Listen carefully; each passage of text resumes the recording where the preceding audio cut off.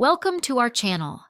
If you want to check the battery health of your TV remote control using a multimeter or battery tester, follow these step-by-step instructions to determine if your batteries need replacement. Step 1. Locate the battery compartment on your remote control. This is typically on the back and secured by a sliding cover or small door. Step 2. Open the battery compartment and carefully remove the batteries. Note the orientation of positive and negative terminals before removal.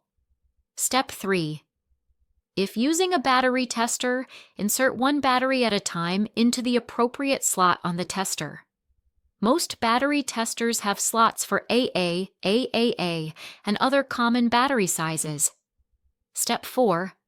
Read the indicator on the battery tester. Most testers have a colored scale showing good, green, low, yellow, and replace, red zones. Batteries in the red zone should be replaced. Step 5.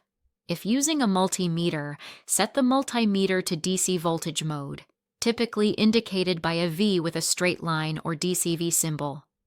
Step 6. For AA or AAA batteries, touch the red probe to the positive terminal and the black probe to the negative terminal. Fresh alkaline batteries should read approximately 1.5 volts. Step 7. Compare your reading to the expected voltage. Batteries reading below 1.2 volts for alkaline batteries or 1.0 volts for rechargeable batteries are significantly depleted and should be replaced. Step 8. Test all batteries from your remote individually, as one weak battery can cause the entire remote to malfunction, even if other batteries are good. Step 9. If batteries test good but your remote still isn't working properly, the issue may be with the remote itself rather than the batteries. Step 10. Replace weak or dead batteries with fresh ones of the same type and capacity. Install them with correct polarity as marked in the battery compartment.